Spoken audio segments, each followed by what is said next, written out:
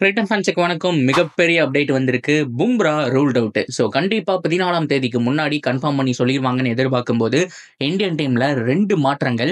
என்னடா பண்ணி தொலைச்சிருக்கீங்கங்கிற மாரி எல்லாருமே கதறிட்டு இருக்காங்க. மிக முக்கியமான 2 பேர் ஜெய்ஸ்வால் அண்ட் பும்ரா 2 பேரும் இல்ல அப்படிங்கிறது வருத்தம் தரக்கூடிய விஷயமா இருக்கு. ஓவரால் இந்தியன் ஸ்குவாட் எப்படி இருக்கு? ஸோ எப்படி அணுக போறாங்க அப்படிங்கிற கம்ப்ளீட் டீடைலா பார்க்கலாம். அதுக்கு முன்னாடி ஃபர்ஸ்ட் டைம் சேனலுக்கு போறீங்கன்னா மறக்காம சப்ஸ்கிரைப் பண்ணி சப்போர்ட் பண்ணுங்க. அப்பதான் அப்டேட் எல்லாமே உங்களுக்கு வந்து சேரும். சரி வாங்க வீடியோக்குள்ள போவோம். அந்த வகையில ஃபர்ஸ்ட் நம்ம பார்க்க போறது இங்கிலாந்து கூட இன்னொரு மேட்ச் இருக்கு. அதுக்கு முன்னாடி இந்த வீடியோ நான் ரெக்கார்ட் பண்றேன்.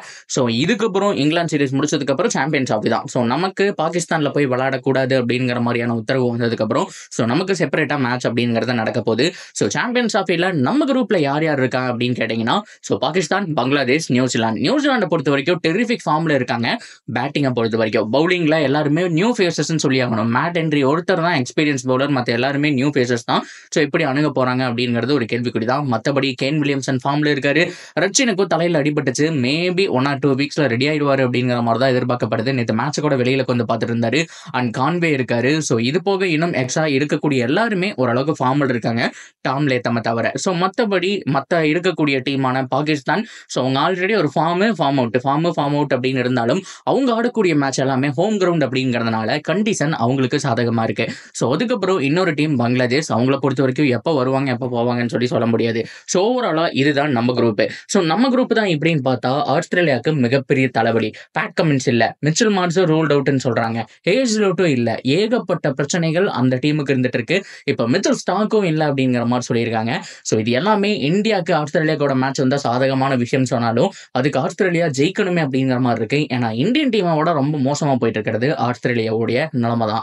இருந்தாலும் ஸ்டீவ் ஸ்மித் வந்துட்டு கேப்டனா இருக்காருங்கிறதுனால தட்டி தூக்கிட்டு வந்துருவாருங்கிற மாதிரி எக்ஸ்பெக்ட் பண்றோம். பொறுத்திருந்து பார்ப்போம் என்ன நடக்குது அப்படிங்கிறத. சரி, ஓகே, ஃபைனலா இந்தியன் டீமை பொறுத்த வரைக்கும் வருவோம். இந்தியன் டீம் எப்படியோ 2 மேட்ச் 3 மேட்ச் ஜெயிச்சு மேல வந்துருவாங்கிற விஷயம் நமக்கு தெரிஞ்சாலுமே, ஸோ ஓவரால் ஸ்குவாடை பொறுத்த வரைக்கும் ரோஹித் சர்மா ஃபார்முக்கு வந்துட்டாருங்க. ரீசெண்ட் டைம்ல ஒரு 100 அடிச்சதுக்கு அப்புறம் தெளிவா தெரியுது. ஸோ அதுக்கப்புறம் ஸ்ரேயாஸ் ஐயர் மிக முக்கியமான ஃபேக்டரா இருப்பாரு. KL ராகுல் அண்ட் விராட் ஒருத்தர் தான் இன்னும் ஃபார்முக்கு வரலேன்னு இருக்கும். பிக் மேட்ச்ல அவருடைய பர்ஃபார்மன்ஸும் நல்லா இருக்கும் அப்படிங்கிற மாதிரி எதிர்பார்க்கலாம். அண்ட் ஜட்டுவை பொறுத்த வரைக்கும் சரியான ஒரு டெரிஃபிக் பவுலிங் பர்ஃபார்மன்ஸுங்க. ரீசெண்ட் டைம்ல நம்ம எல்லாரை பத்தியும் பேசுறோம், அவரை பத்தி பேச மாட்டேனோ. அவரு பார்த்தோம் அப்படின்னா மேட்சுக்கு 2 விக்கெட் 3 விக்கெட் 2 விக்கெட் 3 விக்கெட் அப்படிங்கிற மாதிரி மெய்டன் ஓவர்லாம் போட ஆரம்பிச்சிட்டாரு. ஸோ அந்த அளவுக்கு பார்த்தோம் அப்படின்னா அவருடைய ஃபார்ம் தேஞ்சு போகவே இல்லை. ஸோ ஜட்டு மிகப்பெரிய ஒரு குரூசியல் ரோல் பிளே பண்ண போறாரு. அண்ட் அக்ஷர் பட்டேலை பொறுத்த வரைக்கும் பவுலிங்ல ஓரளவுக்கு டீசெண்டா பண்ணாலும் பேட்டிங்ல ரொம்ப முக்கியமா ஒரு 4 விக்கெட் போயிடுச்சு அப்படின்னா நீ மேல போய் ஆங்கரிங் ரோல் ஆடுறா அப்படின்னு சொன்னா சூப்பரா ஆடிட்டு இருக்காரு. இது எல்லாமே இந்தியன் டீமுக்கு ஒரு பாசிட்டிவ் சைனா இருக்கு. அதுல துளி கூட மட்டன் கிடையாது.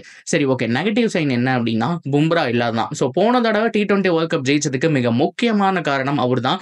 So only believe in jersey boy அப்படிங்கிற மாதிரி நம்மளுடைய சிராஜ் எல்லாம் சொல்லியிருப்பாரு. ஸோ அந்த அளவுக்கு நம்ம ரொம்ப எதிர்பார்ப்பு வச்சக்கூடிய ஒரு ஆள் அப்படின்னு சொல்லலாம். ஆனால் அவர் அப்படி பண்ணியே தான் இன்ஜுரினால ஸ்டெயின்னால ஸோ அவருடைய கெரியரே இப்போ கேள்விக்குறியா இருக்குங்கிற மாதிரிலாம் பேசிட்டு இருக்காங்க. ஸோ டாக்டர் ரிப்போர்ட் படி ஒரு சில மாதங்களுக்கு நீங்கள் ஓவரா ஸ்டெயின் பண்ண வேண்டாம்னு சொல்லியிருக்காங்க. ஸோ சாம்பியன்ஸ் ட்ராஃபியில் அவர் இல்லை அப்படிங்கிறது தான் குறிப்பிடத்தகுந்த விஷயம். ஸோ இந்த நியூஸ் வந்ததுக்கப்புறம் ரசிகர்கள் எல்லாருக்குமே மிகப்பெரிய ஒரு சோகமான ஒரு நியூஸாகவும் தலையில் கல் விழுந்த மாதிரி தான் இருந்திருக்கு. ஸோ அவருக்கு பதிலாக ஹர்ஷித் ராணாவை உள்ளே கொண்டு வராங்க. அவர் எந்த அளவுக்கு இம்பாக்ட் கிரியேட் பண்ணுவார் அப்படிங்கிறத நம்ம பொறுத்திருந்தா பார்க்கணும். ஸோ இன்னொரு மோசமான விஷயம் என்ன அப்படின்னா ஜெய்ஸ்வால் ஏன்பா இல்லை அப்படிங்கிற கேள்வி தான். ஸோ மேபி டாப் ஆர்டர் நல்லா ஃபுல்லாக இருக்குங்கிறதுனால ஜெய்ஸ்வால் எடுக்கலையான்னு தெரியல. எனக்கு தெரிஞ்சு ஜெய்ஸ்வால் அண்ட் ரோஹிட்டே ஓப்பன் போட்டு ஸோ அதுக்கப்புறம் விராட், அதுக்கப்புறம் ஸ்ரேயாஸ் ஐயர் இந்த மாதிரியே போயிருக்கலாம். ஸோ ஏன் ஜெய்ஸ்வாலை வெளியில வச்சாங்கன்னு தெரியல. ஆனால் அவருக்கு பதிலாக வருண் சக்கரவர்த்தி கொண்டு வந்திருக்காங்க. அது உண்மையாலுமே நல்ல மூவ் தான். அதாவது ஜெய்ஸ்வாலுக்கு பதிலாக கொண்டு வந்தது நல்ல மூவ்னு சொல்ல வரல. வருண் சக்கரவர்த்தி மிஸ்ரேஸ் பண்ணாருங்க, கலக்கிட்டு இருக்காரு. மேபி அபுதாபி மாதிரியான கண்டிஷன்ஸ்ல ஸோ அவங்க எல்லாமே அவருடைய பர்ஃபார்மன்ஸ் நல்லா இருக்குங்கிறதுனால எடுத்திருக்காங்களான்னு தெரியல. ஆல்ரெடி அக்ஷர் பட்டேல், ஜட்டு இருக்காங்க. ஸோ அது போக வருண் உள்ள வந்தது ஒரு நல்ல விஷயம் தான். ஆனால் பிளேயிங் 11 எப்படி மேக் பண்ண போறாங்க அப்படிங்கிறதா.